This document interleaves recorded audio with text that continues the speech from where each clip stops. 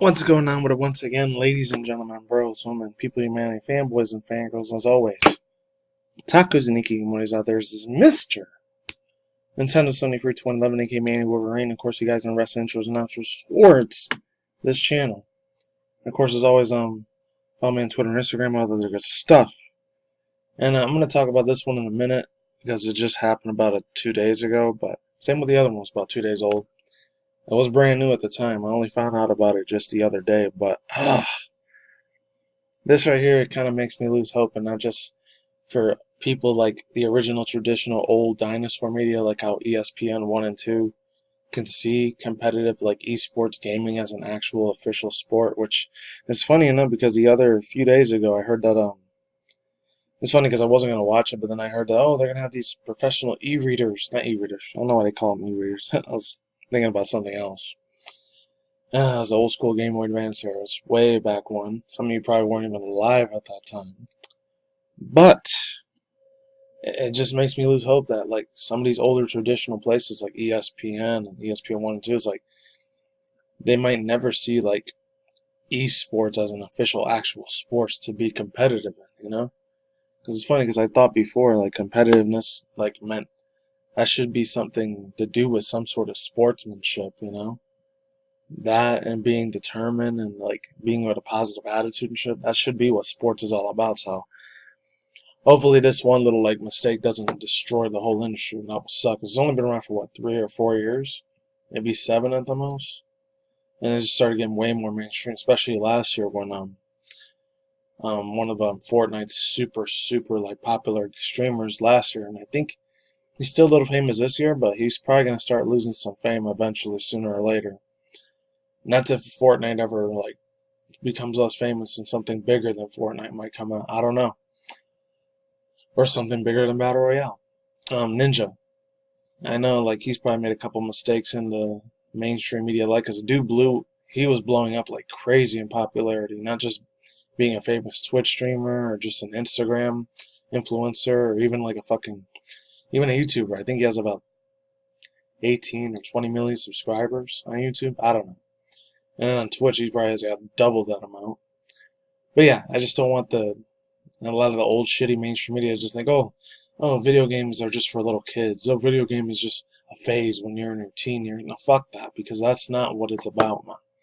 Somebody myself, since I was way back about 6, maybe 7 years old, when I started playing way back in the old school SNES, Sega Genesis, Sega Saturn era, and even the PS1 era, way back when. Somebody that came from that like time when I was playing it as a '90s kid, oh man, I can tell you for sure. Even a couple of my people that were way older than me, like my older cousins, even like 1 or 2 of my uncles, they actually liked a lot of these old ass classic video games. A lot of them are retro as fuck now, but back in the day, they were like ahead of its time, especially in the PS1 era when a lot of these Polygon 3DS, not 3DS, Polygon, like these Polygon 3D graphics were just barely a brand new thing. For me at the time, 6, 7, 8-year-old me, I was like mind blown the fuck away. That was like how nowadays, how I would have seen like 4K, 8K Ultra. That was like revolutionary for me. Because before that, I was so used to playing like a lot of side scroller games where it was just 2D flat based 16-bit, maybe 38, 40-bit like games. And now, like, look where the gaming industry has gone nowadays. Where a lot of them look pretty much like a lot of CGI movies. I would have never thought years ago. You would have told me at 6, 7, maybe 8 years old that shit was gonna happen. I probably would have laughed in your face, like, no way in heck that's gonna happen. It's impossible. Then years later, I mean, look at it even nowadays with Facebook and all that. When they started doing the whole Oculus Rift thing in like 2013, early 2014, it wasn't even that long ago. Like 6, 7 years ago, and the whole AR VR stuff started becoming like slowly started getting more better and better. Like where it is now is still kind of in its like toddler, like childish years, but I guarantee you in the year 2025, maybe 2030, another 8 to 10 years from now, that shit's gonna be super realistic to the point you can't even tell what fantasy or reality would look like. But that's enough of me like ranting and BSing with you guys. Let's get into the main story. So, I heard about this a couple weeks ago that Amazon was trying to start getting into like the gaming industry stuff. I don't know if they could. They already have billions upon billions of dollars as far as a company goes. I mean, I think the employees probably aren't making that much. I'm talking about like a lot of the head honchos and people that have stocks in Amazon. Those are the ones that have a lot of money in it. I don't know if the CEO, Jeff Bezos, is still the CEO of that, because I know about, I think 3 or 4 months ago, he ended up getting like a divorce with his wife or something. I don't know. Anyways, it says Amazon has a new Lord of the Rings video game in the works.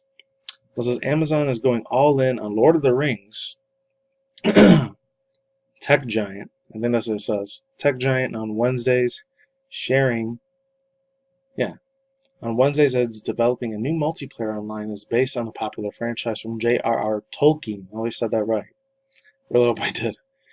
The game created, the game created is being created in a partnership with Leo Liu, however you say that, Leo Liu, however you say it, I don't care.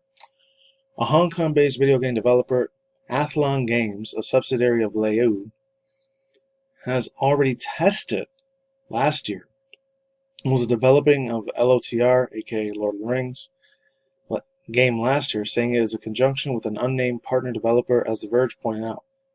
I guess it's coming from one of their developers. Bringing Middle-earth to life necessities having the very best partners and Amazon's customer obsession, technology, and talented teams makes it ideal for a choice. For code developers and publishers, Alex Zhu, CEO of Leu, says in a statement, "We believe in our combined resources and expertise will resume a beautiful, compelling game that customers will love and also play for years to come. Details on the game are limited. A release date has yet to be announced, and the game availability is unclear beyond Amazon, saying it is available for PC and and consoles." And it also goes on to say, I guess this is it over here. Oh, it's all done. Thank God. What is there to know, though? This is the game that will be taking place for a long time before the events of Lord of the Rings, with gamers exploring lands and people and creatures never seen before by the fans of the Tolkien, I can't say that word right for the life of me, so apologies for any hardcore Lord of the Rings fans out there. Universe. Athlon previously said, the video game is dovetails, and then as they say, dovetails with Amazon's development of the new Lord of the Rings TV series. Details are also scarce about the project, but Amazon has revealed that the series will take place in the Second Age. Alright, so I guess this is a probably promotional ad sort of PR speech that they're going to go with, so hopefully I don't fuck up. One ring to rule them all. One ring to find them. One ring to bring them all. And in the darkness bind them. And the land of Mordor where the swords lie. # Lord of the Rings on Prime. Amazon Prime tweeted this in March. Oh, so this was a while ago. Why are they talking about it just 2 days ago? That's so weird. Alright, so overall thoughts, views, and opinions. Hopefully it's a real good ass game. I don't know if it's going to be like an AR, VR sort of thing. It might be. Because let's face it, Amazon, I don't know if they have any fields of expertise sort of people that when it comes to a lot of the video game industry and the video game developing sort of industry, I'm not sure if they have any knowledge in that, but they probably hire a couple people from like any of the big three companies, like from Microsoft or Sony or Nintendo. Who knows? It might be a success, and it's probably going to end up failing, because Lord of the Rings, like the last thing they even did was their spin-off series back in like it was 2012, and I think it was 2014, and after that was 2016, like the whole Hobbit spin-off thing. That ended up being pretty big. And that was almost relevant 4 years ago, so I don't know if they're going to have any people who are going to be hyped for this. So let's get on to a little bit more serious shit here. Unfortunately, I'm probably only going to be able to read half of this, but this kind of disgusts me a little bit, man.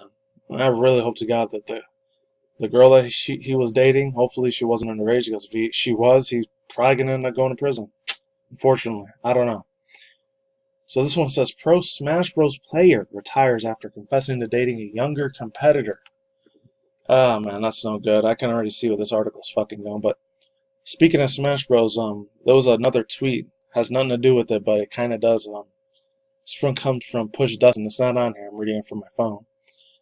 There was a new Sakurai column today, and this time it's all about the process of making fighter trailers reveal. And it goes on to say, special thanks to Japanese Japanese Switch for their supporting and making this translation possible. I'll probably do that in a separate video. I'm not going to do it on here, but yeah, let's get into it. So it says a Smash player by the name of Ali Karonza Oyekar, hopefully I'm saying that right, has abruptly retired after confirming allegations that he was involved in a romantic relationship with another player. According from an article from Kotaku, Karazona Orika, hopefully I'm saying that right, probably not, maining Snake in Super Smash Bros. Ultimate and Mario in Super Smash Bros. Wii U, was considered one of the best Wii U players of all time, ranked 5th in the Panda Globe ranking beats Smash Bros. Players. On July 4th, Karazona Hirokri, 28, admitted in a tweet that he was indeed previously romantically involved with Captain Zach Luther. Oh, okay, so it wasn't a little girl, so I guess he's, no offense to the LGBTQ community, but I guess he's gay or something. That's okay. If you want to be homosexual or gay, I have no problem with that, but, oh man, he kind of shot himself in the foot. As far as being a professional esports player, he really shouldn't be dirtying out his dirty ass laundry like that. Just saying, just putting it out there. For him to do that, he's kind of like destroying his career a little bit. So he's going to be a long way before he even gets to recover from this shit. And there goes all the tweets and all those stuff over here. Ah, God. Hold on 1 second. Trying to get this thing to go fucking down again. Alright, here we go. The tweet Carranzo Oraco says, I didn't do anything wrong, but it was a stupid mistake regardless. He announces his retirement from Smash, citing that it feels like it's the right thing to do, unquote. As Kotaku report discussions about Carranza Ayokri and Laura's relationship first started back in March when Tammy Mistake Amari, and another Smash Bros. Player went on Twitter to claim that Carranza Oyoka, I didn't even know how to say that right, that's such a hard ass name to pronounce, and Larith have been in a relationship. It's not too clear whether the relationship between the two took place. Kotaku and Louth would have been at least 16 years old, while Carranza would have approximately been 27. That's a big gap in age. That's no good. In Louth's home state of Louisiana, the age of consent is 17. In Carranza Ayokra's home country of Canada, 16. Oh, I was thinking he's Hispanic or Mexican or something. Nah, he was Canadian. Never mind. So he's like French-Canadian. I don't know. Let's move on. However, Louth denied that the relationship was sexual in any way. On June 29th, Louth posted a tweet containing an image of him holding a note that had a date, timestamp, and a written message. Tannen was telling the truth, quote unquote. He then shut down his Twitter account, although not before Reddit user, read all those numbers there, took a screenshot and posted it on the site. Louth returned to Twitter on July 4th, and mere minutes after Carranza Ayokri posted a tweet after claiming the situation had been taken care of, and Louth would like to have everyone move forward. Okay. 2 days later, the Smash Bros. Conduct panel sent out a tweet saying that the statement on the lifetime ban of Ali went out last night to signatory TOs. The ban would mean that Rosa Ayokri will not be allowed to attend any major events regarding the game ever again, even if he re-announced his retirement. Yeah, so he's pretty much not going to be a competitive Smash Bros. Player ever again then. That's more than a shot in the foot. That must have shattered his soul so fucking bad, man. And anyways, overall thoughts, views, and opinions on this, man. This needs to be a huge, huge eye-opener and a huge lesson. Let this be a huge, huge fucking lesson out there to anyone that wants to get into competitive gaming. You leave your romance life and you leave anything bad you did in the past. Do not say anything about it, and don't go tweeting out about it or posting it on Instagram or Twitter or YouTube, Facebook, Snapchat, any other social media platform out there. That's a real bad reputation for you to do. Really, really bad thing this dude did. It's no good. That's all I gotta say for now. I'm out of here. I'm done. Peace out once again, ladies and gentlemen, bros, women, fanboys, and fangirls. And as always, I'll talk as Nicky Mornings. I'll see you when I see you. Guys, have a good day, have a good night, wherever you're at in the universe out there. Don't drink smoke at the same time. There's the Reckless. Stay tuned for more future anime, manga news, internet news, or gaming news. Peace out, ladies and bye. I'll see you guys next time.